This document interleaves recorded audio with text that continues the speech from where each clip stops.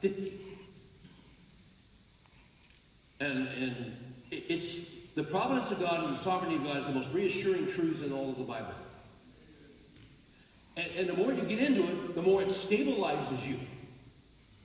And the more it puts peace in your heart. When the world's going insane, you can just pretty much stay level. Yeah, you're up and down, but you can stay level because you believe in God's sovereignty and his absolute control, that he spoke the worlds into existence and that he sustains those on the trail of life. And he has special promises for those who belong to him and are in Christ that others don't have. He's good to all. The rain falls on the just and the unjust alike. It's called common grace. He has specific grace for his people. I want to read you some. There's a thing called the Heidelberg Catechism. And when the Reformation took place under Martin Luther in Germany, and these people didn't know the Bible, and so a couple of pastors in Heidelberg, of all things, got together so they could teach kids biblical truth, and they'd compress it, and they had all the verses listed. I'm not going to read you all the verses. I don't have time. But we need to know this stuff. Question 27 and 28. Here's question 27. What dost thou mean? That's the second time I've used the word dust. What dost thou mean? I like that word. What do you mean by the providence of God? Listen to this reply. The almighty and everywhere present power of God, whereby, as it were, by his hand, he upholds and governs heaven, earth, and all creatures. All of them. So that herbs and grass, rain and drought, fruit and barren years, meat and drink, and sickness, riches and poverty, yea, and all things come not by chance, but by his fatherly hand. So, I don't know, years ago, I read a guy named Thomas Boston, and he's talking about the providence of God that extends even to the worms in the ground under your feet. So I started reading on earthworms. Earthworms are unbelievable. I never thought about it in my life. They make a farmer's job a lot easier if there are worms working the earth. Okay. Question 28. What advantage is it to know that God has created and by his providence doth still uphold all things? Is there an advantage to this? Listen. That we may be patient in adversity, thankful in prosperity, and that in all things which may hereafter befall us, we place our firm trust in our faithful God and Father, that nothing shall separate us from his love. Since all creatures are so in his hand, that without his will they cannot so much as move. Acts 17, in him we live and move and exist. Let me give you some verses. If you want to write them down. Ephesians 1:1. You say, man, that's pretty extensive, Steve. I mean, that's pretty heavy stuff. Here's a verse for you. It's in Ephesians 1. Gosh, it's not 1. It's maybe somewhere around 9, 10, or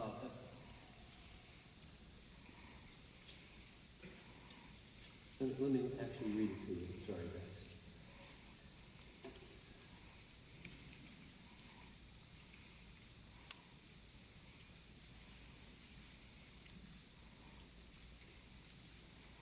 Man, I'm just blanking tonight. I mean, the stuff's right in front of me.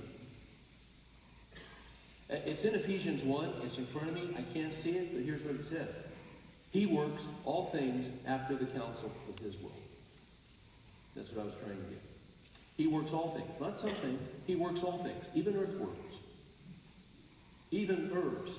He works all things after the counsel of his will. Is it verse 11?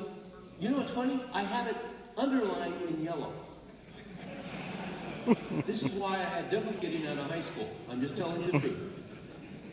We've been predestined according to his purpose, who works all things after the counsel as well. And one guy, somebody in here just woke up, predestined. I don't like that word. Well, you better learn to love it, because you can't go to heaven without it. Amen. You know what that means? How many of you guys, let me ask you, do you believe God has a plan for your life? Okay, then you believe in predestination. It just means God has a plan. That's better than you can come up with. Thank God for it. Thanks that that he's enrolled you in the plan. Okay, that's all I'm going to say on that. Colossians 1, 16 and 17. All things are by him and for him and through him. All things were created. In him all things hold together. He not only created the world, he sustains the world. He keeps it going. The law of gravity works because Jesus makes it work. Hebrews 1:3. God who spoke through the prophets in many portions, in many ways, has spoken to us in his Son, through whom he made the worlds, and he upholds all things by the word of his power. All things, not some things, all things he upholds. He's the glue. He's the glue of your life. Okay.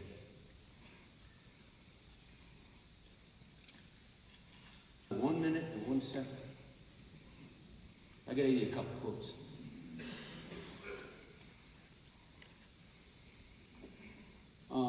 A pastor by the name of Edward Corbett, who died in 1658, said this: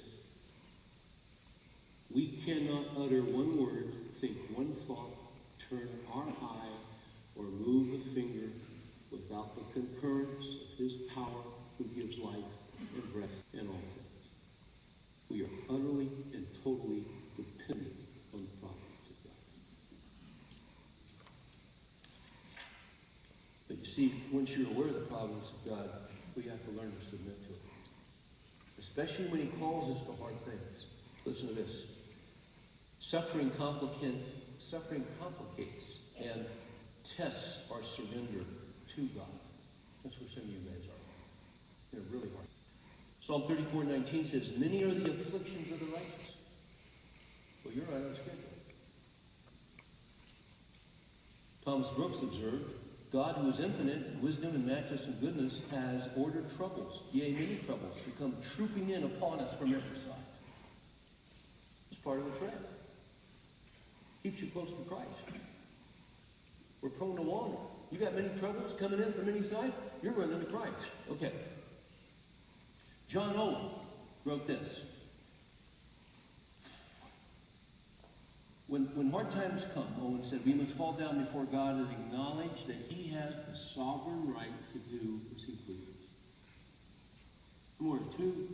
I've had emails this week from 2 men, haven't talked with them in a number of years. Each of them had a daughter die. One, I think, in the teenage years. Another guy emailed me, haven't seen him in years.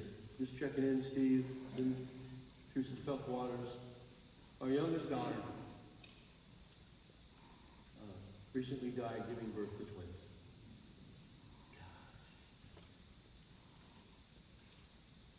God's faithful. The guy lives in the scriptures. That's why he has such a significant ministry to men. But he knows suffering. He's on the trail. Okay? Listen to what Owen says. We must fall down before God, acknowledge that he has the sovereign right to do as he pleases. We must believe that he acts with wisdom, righteousness, goodness, love, and mercy in all that he does, even though it may be difficult to see that in the confusing vicissitudes, dizzying changes, and deep distresses of life. Now here's something about John Owen, who just wrote that. That's easy to write. He had to live it because 11 of his 12 children died in infancy. And his one daughter, who made it through infancy, died right around the age of 20. His kids all preceded him in death. Do you think he didn't know what it was to have a broken heart? And here he is. He wrote volumes on the goodness of God, submitting to the providence of God. But you see, there's also a hope in providence. And this would be Romans 8:28. And we know, and do you know, that God causes all things to work together for good. All things that happen in our lives are not good. Cancer's not good. Bankruptcy's not good. Rape's not good. Murder. They're not good. But you see, God, who's sovereign, and we know that God causes all things to work together for good for those who love God and are called according to his purpose.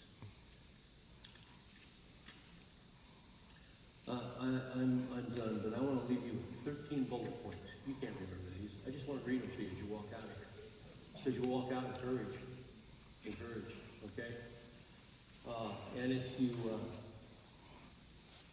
anyway, let me just read them to you.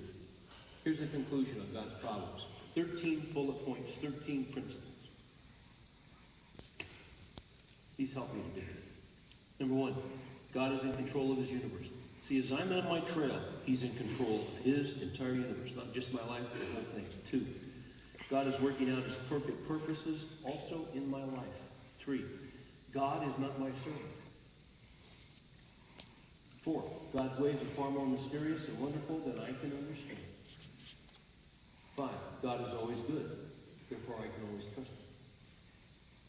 6, God's timetable is not the same as mine. That's why you're waiting, aren't you? 7, God is far more interested in what I become than in what I do. 8, freedom from suffering is not promised in the Christian gospel. 9, suffering is an integral part of the Christian life. 10, God works through suffering to fulfill his purposes in me. 11, God's purposes, not mine, are what bring him glory. 12, God enables me to read his providences through the lens of his word. 13, I have few greater pleasures than tracing the wonder of God's ways. So we bow before you, Father, and we